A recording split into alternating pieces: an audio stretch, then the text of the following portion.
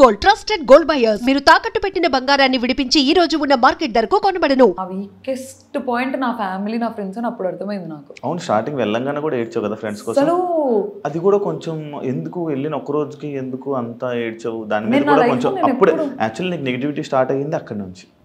ఏడవడం నెగిటివిటీ అంటే వెళ్ళిన వెంటనే ఫ్రెండ్స్ అని ఫ్యామిలీ అని అప్పుడే మిస్ అయిపోతున్నానని ఏడవడం. అది నా లైఫ్లో నేను ఎప్పుడు హాస్టల్లో మమ్మీ వాళ్ళకి అలా దూరంగా లేను. హాస్టల్లో లేను, హైదరాబాద్లో ఉన్నాను కానీ ఫోన్ ఉంటుంది కదా. నేను ఎలా ఉంటానంటే ఏదైనా మమ్మీతో మాట్లాడుతుంటా, లేదంటే డాడీతో మాట్లాడుతుంటా, లేదంటే ఫ్రెండ్స్తో మాట్లాడుతుంటా. కంటిన్యూ కాల్స్లో ఉంటా. నాకు నా వరల్డ్ సరౌండ్ అవుతుంటుంది. కాల్స్, ఫ్రెండ్స్ చుట్టూ, ఫ్యామిలీ చుట్టూ, కొంచెం డిపెండెంట్ పర్సన్ని. క్లోజెస్ట్ సర్కిల్ ఉంది, నాకు చాలా ఇంపార్టెంట్ అది. నేను లిటరలీ ఫ్రెండ్ సర్కిల్ అంటున్నాను అందుకే. సర్కిల్. ఆ సర్కిల్ బాయ్ ఫ్రెండ్ ఉన్నాడా? నాకు బాయ్ ఫ్రెండ్ లేడండి. ఎంత బాగుంటారు బాయ్ ఫ్రెండ్ లేకపోవడం ఏంటి? ఏం లేదు అంతే.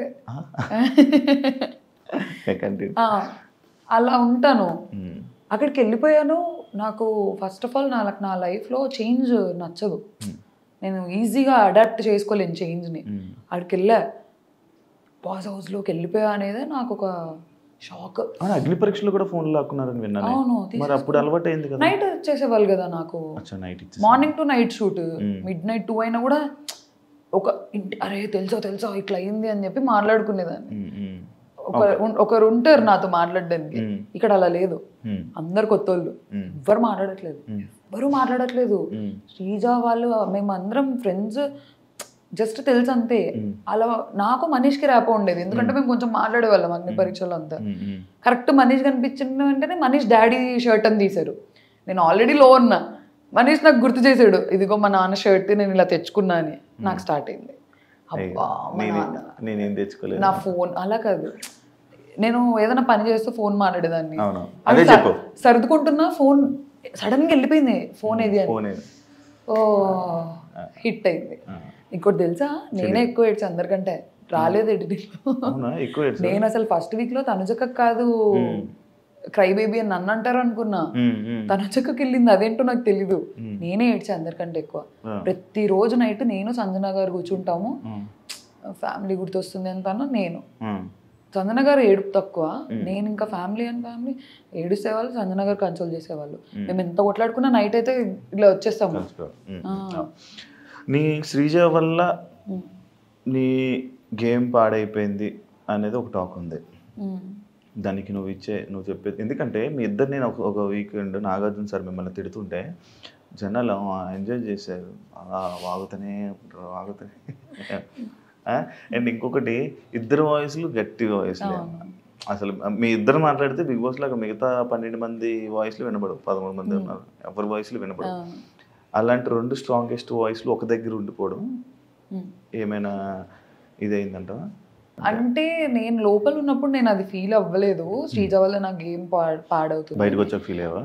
అంటే ఇదంతా చూడడం వల్ల ఇప్పుడు మేమిద్దరం కొంచెం ఎగ్జైటెడ్ గా ఫీల్ అయ్యే క్యాండిడేట్స్. మా ఇద్దరికి లిటరల్ గా చెప్పాలంటే అదే తొందర ఎక్కువ, ఆతృత చెప్పేయాలి పాయింట్. నా ప్రాబ్లం ఏంటంటే నేను మర్చిపోతానేమో అని నా పాయింట్. నేను ఇంకోటి ఆలోచించే లోపు చెప్దాం పాయింట్ అని, అలా అందించుకొని ఇద్దరం కొంచెం సిమిలర్ గా ఉండేసరికి అది కొంచెం నెగిటివ్ అయింది. అది నాకు లోపల తెలియలేదు, బయటకు వచ్చిన తర్వాత అర్థం. చెప్పారు ఎవరైనా? చాలా చెప్పారు. ఏమని చెప్పారు? అట్లీస్ట్ తనన్న సైలెంట్ ఉండింటే నీకేం బాగుండేది, నువ్వు సైలెంట్ ఉన్నా తనకేం బాగుండేది. ఇద్దరు ఇలా కకే అని వచ్చేసారు. అదే మీ ఇద్దరికి నెగిటివ్. ఒకళ్ళ మీద పడిపోయేవాళ్ళు వెళ్ళి, నువ్వు వచ్చి మమ్మల్ని కుదిరి అదే అంటారు బాలయ్య డైలాగ్, నేను వచ్చి నిన్ను కుదిరా, నువ్వు వచ్చి. నేను వాళ్ళందరి మీద ఏం పడలేదు, నా దగ్గరకు వచ్చిన వాళ్ళకి అన్ని పాయింట్ అవుట్ చేస్తేనే వస్తుంది అది బాగా. కానీ నీ పాయింట్స్ అన్ని బాగానే ఉండేవి, కాకపోతే నువ్వు ఏదో మాట్లాడుతుంటే పక్క నుంచి తను వచ్చి ఇంకా రేపడం వల్ల ఇద్దరు చెలరైపోయేవాళ్ళు. అదే. ఇంకోటి, చాలా యాక్టివ్గా ఉండే పర్సన్ నువ్వే, హైపర్ యాక్టివ్గా. మార్నింగ్ డ్యాన్స్ చేయడానికి ఏమైంది నీకు? సాంగ్స్ పెడితే నాకు ఇది కూడా అబ్జర్వ్ చేస్తారా?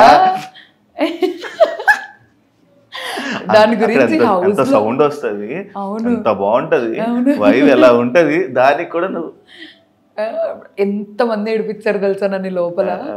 నాదొక స్వెటర్ ఉండేది, నేను దానిలో చేతులు పెట్టుకొని ఇలా ఇలా ఊగేదాన్ని. నాకు ప్రాబ్లం ఏంటి తెలుసా, పబ్బులో ఉన్నా నేను ఫీల్ అయ్యేంటి కాదు, నాకు లేచిన తర్వాత కొంచెం టైం కావాలి. నేను ఇలా ఇలా హాఫ్ ఐస్ తో వచ్చేదాన్ని బయటికి. రాము ప్రియా కళ్ళు తెరివే అనేవాడు. నాకు ఓపెన్ అయ్యేది కాదు. సాంగ్ అంతా అయిపోయిన తర్వాత నేను యాక్టివ్ అయ్యేదాన్ని. మళ్ళీ అడిగేదాన్ని, బిగ్ బాస్ ఇప్పుడు పాట పెట్టండి, బిగ్ బాస్ ఇప్పుడు డాన్స్ చేస్తాను. నాకు కొంచెం టైం కావాలి లేచిన తర్వాత యాక్టివ్ అవ్వడానికి. నేను నిద్రలో నుంచి లేవడమే ఉలిక్కిపడి లేసేదాన్ని. పాట టక్కన వస్తుంది కదా అని వచ్చేదాన్ని. కొంచెం నిద్రలో నుంచి దిగడానికి టైం పట్టేది, పాట అయిపోయేది. మీరు చాలాసార్లు హౌస్లో కామనర్స్ వర్సెస్ సెలబ్రిటీస్ అనే టాపిక్ అన్నారు. మీకు అగ్ని పరీక్ష ఎక్స్పీరియన్స్ ఉంది, మీరు సెలబ్రిటీసే కదా, అది ఎందుకు మర్చిపోయారు? నేను చాలా సార్లు అనలేదు, ఒక్కసారి టాస్క్ లో. అంటే అది క్యాప్టెన్సీ టాస్క్ అని మాకు తెలుసు, కానీ మాకు మా పర్స్పెక్టివ్ ఎలా ఉందంటే ఓనర్ అవ్వాలి క్యాప్టెన్ అని. బర్నీ అన్న కూడా నాతో ఓకే నాన్న నేను ఆడతాను, నువ్వు కాలచక్రంలో చూసావు కదా, నేను నీ తరపునే ఆడతాను, మీ తరపునే ఆడతాను అని చెప్పి మాకు చెప్పారు. బయట యాక్టివిటీ రూమ్లోకి వెళ్ళిపోయిన తర్వాత మాట్లాడట్లేదు మాతో ఎవరితో బర్నీ అన్న. అసలు పలకట్లేదు. డెమాన్ పవన్ పిలుస్తున్నాడు అన్న అని. మాకేంటి ఓనర్ నుంచి అవ్వాలి క్యాప్టెన్ అని ఉండే, ఎందుకంటే సంజన గారు టెనెంట్ నుంచి అయ్యారు, ఒక ఓనర్ అవ్వాలి అని. ఓనర్స్ బర్నీ అన్న ఓనర్. అతను బయట మాతో నేను స్పోర్ట్స్ మెన్ని నాకు చాలా చెప్పారు, నేను స్పోర్ట్స్ పర్సన్ని, నేను బాగా ఆడతాను అన్న, నువ్వు చూడు ప్రియా అది ఇది. లోపలికి వచ్చిన తర్వాత ఆడలేదు, నాకు ఫ్లిప్ అయిపోయారు. ఆ వర్డ్ వాడాలో తెలియదు కానీ తను మాట్లాడలేదు లోపలికి వచ్చి. సడన్ గా వాళ్ళిద్దరు కలిసి ఆడేశారు, వీళ్ళిద్దరు కలిసి ఆడేశారు. డెమోన్ అడుగుతున్నాడు అన్న అన్న అన్న అని పిలుస్తున్నాడు, పలకట్లేదు, రావట్లేదు. మేము పిలుస్తున్నాం బర్నీ అన్న అని.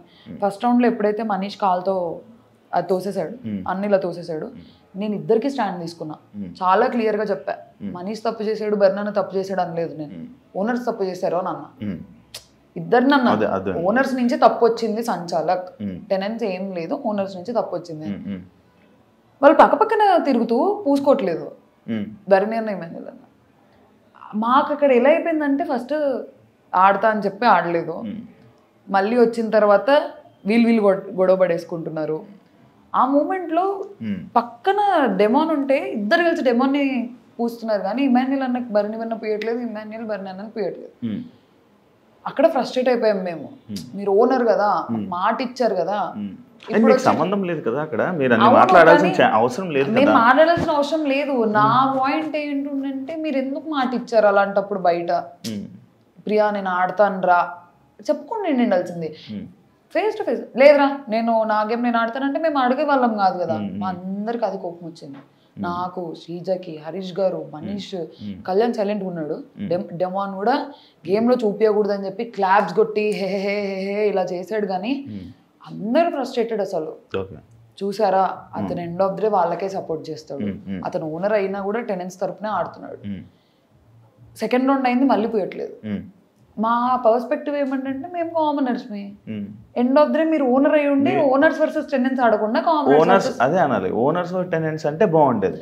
అతను ఓనర్స్ వర్సెస్ టెనెంట్ ఆడట్లే కదా, ఓనర్ వెళ్ళి టెనెంట్ తో ఆడుతున్నాడు.